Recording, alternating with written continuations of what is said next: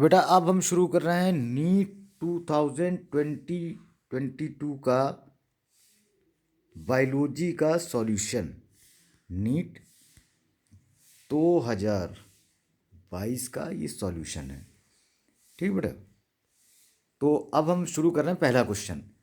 तो पहले स्टेटमेंट को पढ़ लेते हैं। Read the following statements about the vascular bundle. तो ये क्वेश्चन में पूछ रहे हैं कि वेस्कुलर बंडल के बारे में जो भी स्टेटमेंट है उनको आप पढ़िए और फिर बताइए कि इसमें कौन कौन से करेक्ट है कौन से इनकरेक्ट है।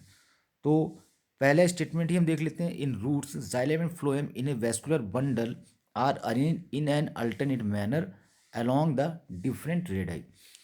बेटा इस क्वेश्चन में ये जो डिफरेंट रेडाई दे रखा है ये पॉइंट गलत है, क्योंकि हम जब रूट में देखते हैं तो रूट में जाइलम होता है, फिर फ्लोएम होता है, फिर जाइलम होता है, फिर फ्लोएम होता है और रेडियस इनकी इक्वल होती है। इसी वजह से इस तरह का जो वेस्कुलर बंडल का अरेंजमेंट है उसको हम बोलते हैं रेडियल।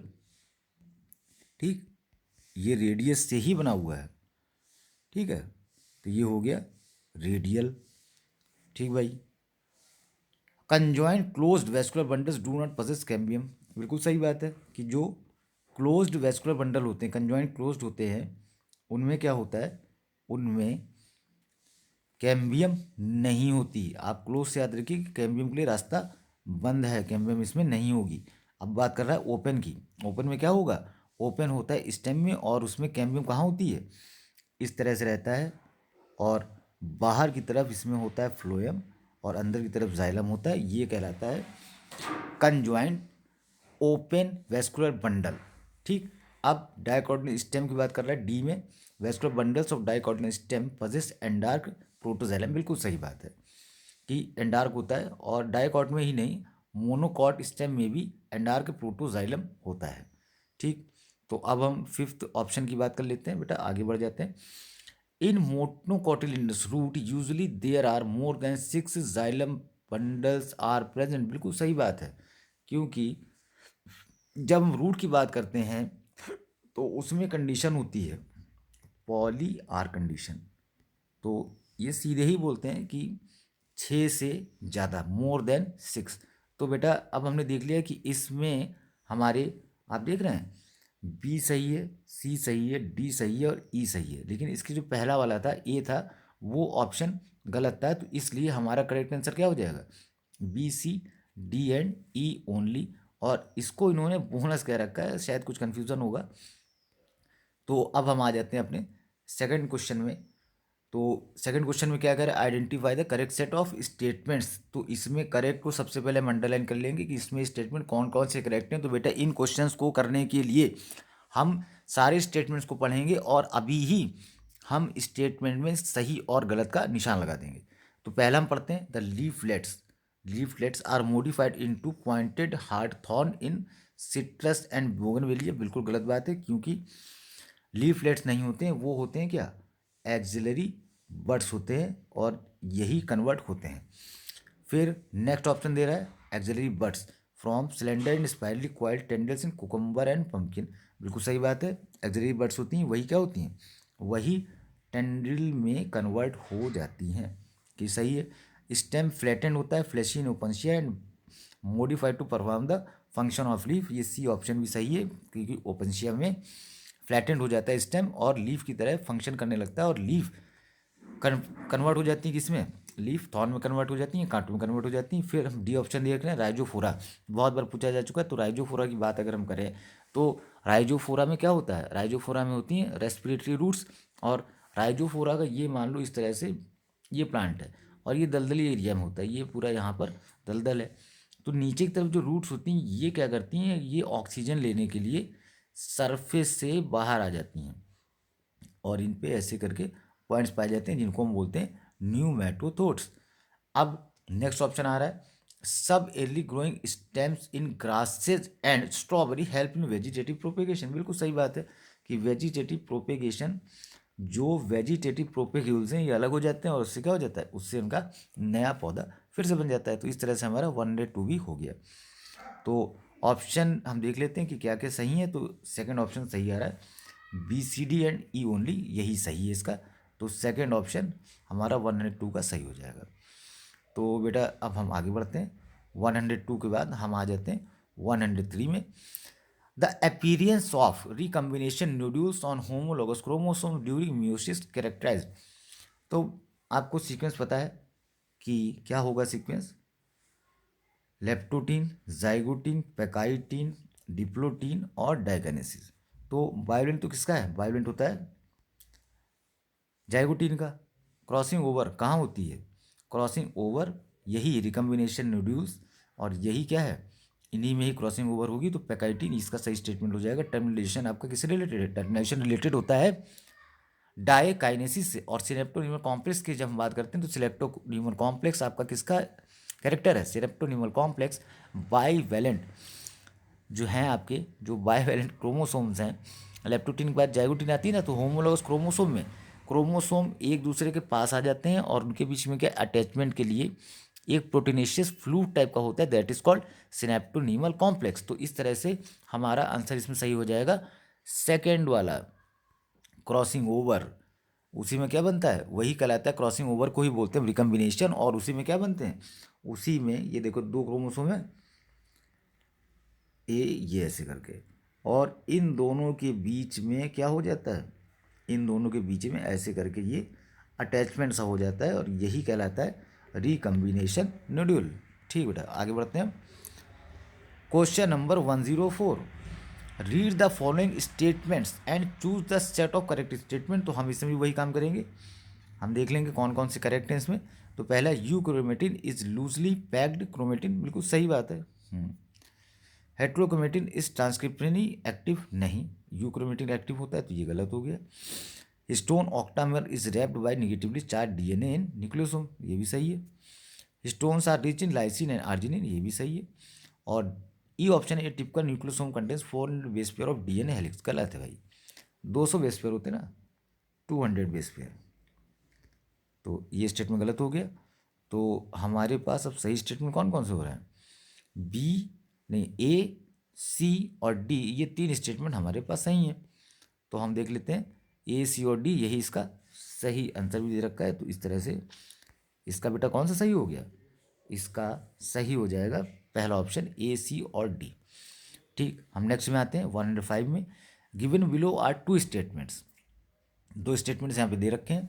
और पहले स्टेटमेंट में कह रहे हैं कि जो प्राइमरी CO2 एक्सेप्टर है C4 प्लांट्स में, वो फॉस्फोइनॉल पायरुवेट से को करता है और पाया जाता है मीजोफिल सेल्स में। हाँ सही बात है, तो इसको हम सही कर लेते हैं कि हाँ ये सही है ये।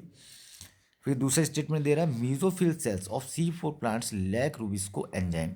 इन the light of the above statements choose the correct answer from the options given below. तो अब बेटा इसमें स्टेटमेंट 1 और स्टेटमेंट 2, इस तरह के क्वेश्चन में आपको ये बहुत ध्यान देना है कि कौन से स्टेटमेंट सही हैं, और दूसरा स्टेटमेंट क्या उसको एक्सप्लेन कर रहा है कि नहीं करना है, ये भी देखना है। तो ये आप देख रहे हैं यहाँ पर कि स्टेटमेंट तो दोनों ही सही हैं, ये भी सही है, लेकिन ये इसको एक्सप्लेन नहीं कर रहा है। तो इस तरह से हमारा इसमें फोर्थ जो ऑप्शन है वो सही हो जाएगा। फोर्थ ऑप्शन क्या कह रहा है? Both statement 1 and statement 2 are correct.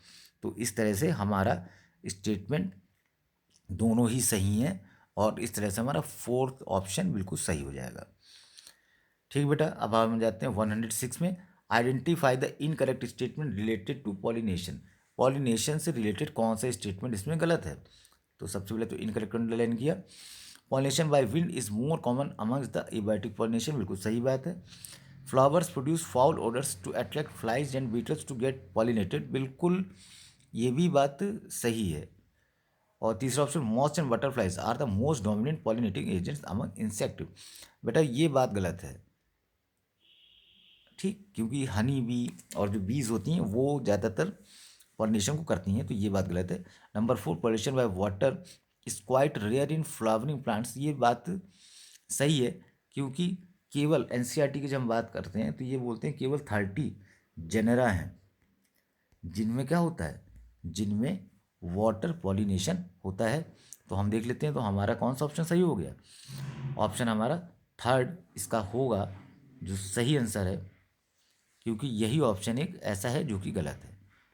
Number 107, which one of the following statement is not true regarding gel electrophoresis technique. तो बोलता है कि जेल इलेक्ट्रोफोरेसिस टेक्निक यार टेक्निक के बारे में कौन सी बात सही नहीं है, not true. The separated DNA fragments are stained by using ethidium bromide. बिल्कुल सही बात है, रेड कलर की डाई होती है और उसमें ही ये दिखाई देता है, क्योंकि हमारा जेल भी कलरलेस होता है और डीएनए भी कलरलेस होता है। The presence of chromogenic substrate gives blue colour DNA bands on the gel. ये स्टेटमेंट अभी देखते हैं, यही गलत हो सकता है, नॉट ट्रू कह रहा है। Bright orange coloured bands of DNA can be observe in the gel when expose to UV light. बिल्कुल सही बात है। The process of extraction of separated DNA strand from gel is called elution. बहुत ही बढ़िया क्वेश्चन है, मतलब बहुत ही बढ़िया स्टेटमेंट है कि जो हमारा ये जेल इलेक्ट्रोफोरेसिस पे डीएनए के जो बैंड होते हैं, हमें मान लो डिजायर्ड हमारा ये है इतना, तो इसको हम निकाल लेते हैं, दैट इज कॉल्ड इल्यूशन। ठीक भाई, आगे बढ़ते हैं। Habitat loss and fragmentation, habitat loss and fragmentation, over exploitation, alien species invasion, coextinction are causes of। सीधी बात है, बायोडाइवर्सिटी कंजर्वेशन में आता है एकदम शुरुआत में ही, और बायोडाइवर्सिटी के लॉस की बात कर रहा है, तो बाकी सब ऑप्शन गलत हैं। तो हमारा ये सेकंड ऑप्शन ही इसका सही हो जाएगा। ठीक, नेक्स्ट में आते हैं। Production of cucumber has increased many fold in recent years, application of which of the following phytohormones has resulted in this increased yield as the hormone is known to produce female flowers in the plants। तो बेटा इसमें थोड़ा ध्यान करो कि femaleness कौन cause करता है। फीमेलनेस आप अगर ध्यान करेंगे तो इथिलीन आपको मिल जाएगा कुकुम्बर में, इथिलीन ही फीमेलनेस को कॉज करता है। अब बात आ रही है हमारी next, what is the net gain of ATP when each molecule of glucose is converted to 2 molecules of pyruvic acid। तो ये ग्लाइकोलिसिस की बात कर रहा है और कह रहा है कि ग्लाइकोलिसिस में कि हर मॉलिक्यूल, जो एक मॉलिक्यूल है ग्लूकोज का, उससे क्या बन जाते हैं, 2 पायरुविक एसिड बन जाते हैं। तो एटीपी कितने बनेंगे भैया, तो एटीपी की जब यहाँ पे बात करते हैं तो हम यहीं पर इस बात को भी कह देते हैं कि जो एन एरोबिक है, एन एरोबिक, एन एरोबिक में तो नेट गेन कितना होता है, नेट गेन होता है 2 एटीपी का, और जो एरोबिक है, एरोबिक में होता है टोटल गेन 8 एटीपी के मॉलिक्यूल्स का। क्यों, क्योंकि ईटीएस में चले जाते हैं, और जो एन एरोबिक है उसमें ईटीएस का जाने का कोई प्रोसेस है नहीं, तो 6 एटीपी एक्सटेंड को मिल जाते हैं। इसलिए यहाँ पर ये दोनों ही ऑप्शन सही हो जाएंगे कि हमारा 2 भी सही हो जाएगा और हमारा 8 भी सही हो जाएगा, है ना। तो 2 भी सही है, 8 भी सही है, तो इसलिए आंसर हो जाएगा 2 एंड 3 बोथ। तो 110 की बात हो गई। अब हम आगे बढ़ते हैं बेटा। हाँ, question number 111, given below are 2 statement. यहाँ पर कह रहा है कि 2 स्टेटमेंट दे रखे हैं। पहले स्टेटमेंट कह रहा है क्रिस्टोगैमस फ्लावर्स आर इनवेरिएबली ऑटोगैमस। क्या बात सही है, क्रिस्टोगैमस फ्लावर जो होते हैं वो ऑटोगैमस तो होते ही होते हैं, बिल्कुल सही बात है। Statement 2, cleistogamy is disadvantages as there is no chance for cross pollination. भाई ये बात तो मुझको ठीक नहीं लग रही है। ठीक है, नहीं बात तो ये सही है, क्रिस्टोगैमी जो है डिसएडवांटेजियस है, as there is no chance for cross pollination, के लिए कोई फ़ायदा नहीं कर रही है। लेकिन ये दोनों ही स्टेटमेंट सही हैं, पर ये इसका कोई एक्सप्लेनेशन नहीं दे रहा। Hydrocolloid कारागीन is obtain from. तो भैया हाइड्रोकोलाइड कारागीन जो होती है वो मिलती है किससे, रोडोफाइसी से। अब बेटा यहाँ पे हम एक बात ही कर ले रहे हैं कि जो हाइड्रोकोलाइड्स होते हैं, ये क्वेश्चन अक्सर ही हर 2-3 साल में पूछा जाता है। हाइड्रोकोलाइड, हाइड्रोकोलाइड जो होंगे वो क्या होते हैं, एक तो होते हैं ब्राउन एल्गी में और दूसरे होते हैं रेड एल्गी में। तो इनको थोड़ा आप लंबे समय तक याद करने के लिए ट्रिक याद कर लीजिए। एक शॉर्ट ट्रिक है, बार्क, BARC। तो जब हम ब्राउन एल्गी की बात करते हैं तो वहाँ पर हम वर्ड यूज़ करते हैं एल्जिन, और लेकिन जब रेड एल्गी की बात करते हैं तो वहाँ पर हम वर्ड यूज़ करते हैं कैरागीन। ठीक, तो देख लेते हैं इसमें। तो हमारा सेकंड ऑप्शन आ रहा है इसमें रोडोफाइसी। तो 112 का 112 का सेकंड ऑप्शन सही है। ठीक, अब हम आगे बढ़ जाते हैं। नेक्स्ट हमारा जो क्वेश्चन आ रहा है वो कह रहा है कि girdling experiment was performed by plant physiologists to identify the plant tissue through which is किसके लिए कह रहा है? गर्डलिंग एक्सपेरिमेंट किसके लिए होता है भाई? तो गर्डलिंग एक्सपेरिमेंट बेटा इस तरह से रहता है कि ये देखो प्लांट है, प्लांट में ये क्या कर देते हैं, एक रिंग ऐसी बना देते हैं, एक रिंग ऐसी बना के इतना हिस्सा इसका काट देते हैं, तो इसी को हम बोलते हैं रिंगिंग एक्सपेरिमेंट या गर्डलिंग एक्सपेरिमेंट। और ये इस तरह से क्या होगा, जब आप काट देंगे तो ऊपर की तरफ ये क्या हो जाएगा, ये स्वेल हो जाएगा। क्यों? क्योंकि फूड पत्तियों से नीचे की तरफ आ रहा है, तो नीचे जा नहीं पा रहा है क्योंकि यहाँ पे ये कटा हुआ है। तो जब कटा है तो फूड यहीं पर स्टोर हो जाएगा। इसी को हम बोलते हैं रिंगिंग एक्सपेरिमेंट या गर्डलिंग एक्सपेरिमेंट। और ये बेटा होता है किसके लिए? ये होता है फूड को ट्रांसपोर्ट को शो करने के लिए। ठीक, हम आगे बढ़ जाते हैं। Question number 114, which of the following is incorrectly matched. तो बेटा इसमें कौन सा इनकरेक्टली मैच्ड है?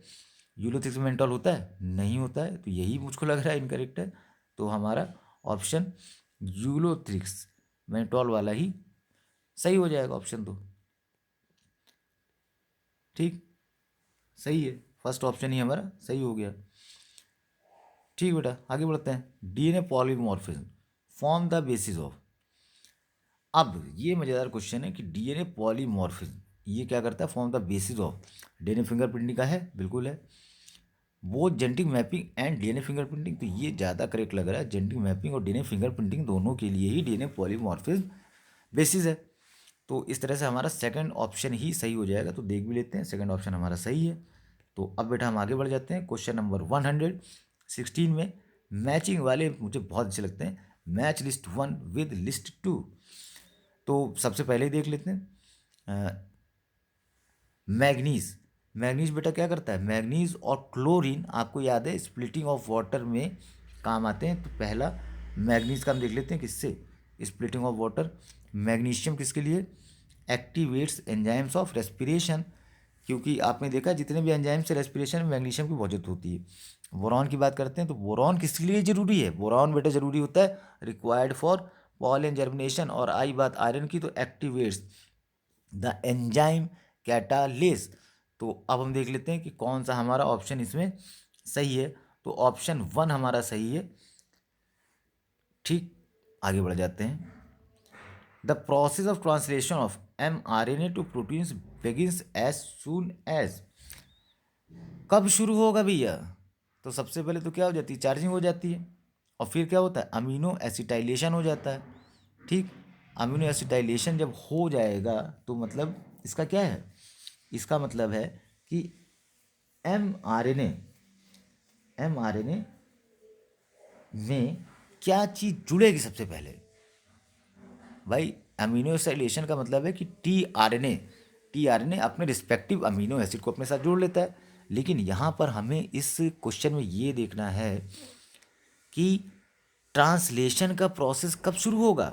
तो पहला कह रहा था लार्जर सब unit of ribosome encounters mRNA। नहीं, ये बात तो गलत है, लार्जर सब यूनिट से तो नहीं होता है। वो the subunit join together to bind with mRNA, ये भी गलत बात है क्योंकि हमारी स्मॉल सब यूनिट पहले जुड़ी थी। The tRNA is activated in the larger सब unit of ribosome encounters mRNA, ये भी बात बेटा गलत है। द स्मॉल सब unit of ribosome encounters mRNA, ये ऑप्शन हमारा सही है। ठीक, तो 117 का हमारा क्या हो जाएगा? 117 का हो जाएगा 4th। ठीक, आगे बढ़ते हैं।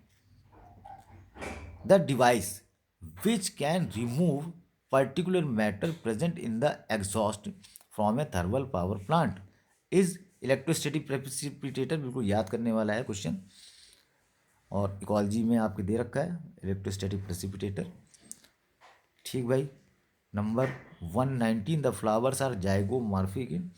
जाइगोमॉर्फिक किसमें होते हैं? ये भी आपका याद करने वाला है, मॉर्फोलॉजी का क्वेश्चन है 119। जाइगोमॉर्फिक किसमें होंगे? कैसिया में होता है, गुलमोहर में होता है, पी में भी होता है इसके अलावा, और गुलमोहर होता है, पी में होगा, बीन्स में होता है। ठीक, तो हम देख लेते हैं इसमें करेक्ट आंसर हमारा कौन सा है। करेक्ट आंसर है हमारा सी और डी। हाँ, नहीं, गुलमोहर और cassia number 1, B and C only. ठीक है बेटा, नेक्स्ट पे आ जाते हैं क्वेश्चन नंबर 120। तो फिर वही रीजन असर्शन वाला क्वेश्चन। पहले असर्शन इन्होंने दे रखा है and the other is labelled as, अच्छा ये पहले मैं पढ़ूँ ऑप्शन, पहला तो स्टेटमेंट पढ़ूँ। असर्शन दे रखा है polymerase chain reaction is use in DNA amplification, हाँ ये बात सही है, बिल्कुल सही बात है। फिर बोलता है कि ampicillin resistant is gene is use as selectable marker to check transformation, हाँ यार ये भी बात सही है। एम्पीसिलिन रेजिस्टेंट जीन को हम, लेकिन मुझे ऐसा नहीं लग रहा कि ये दोनों बातें ही इसकी सही भी हैं। और पीसीआर अगर यूज़ हो रहा है तो इसका मतलब हम उसको क्या कर रहे हैं, डीएनए की क्लोनिंग कर रहे हैं, तो इसका मतलब ये पहला ऑप्शन ही इसका सही हो जाएगा। ठीक, ठीक है, हम आगे बढ़ जाते हैं। हमारा हो गया question. Which one of the following statements can not be connected to predation. भैया प्रीडेशन को कौन सा स्टेटमेंट नहीं कनेक्ट कर रहा है। It might leads to, can not कह रहा है, कैन नॉट, ये बेटा हमेशा ध्यान रखो कि क्या पूछ रहा है। It might lead to extinction of a species, बिल्कुल कर सकता है। Both the interacting species are negatively impact, both कैसे हो सकती हैं यार, प्रीडेशन में नहीं हो सकती है, ये हो सकती है कंपटीशन में। कंपटीशन में दोनों को ही नुकसान होता है। It is necessitated by nature to maintain the ecological balance, बिल्कुल सही है। Helps in maintaining species diversity in a communities, तो सही है, सेकंड हो गया हमारा।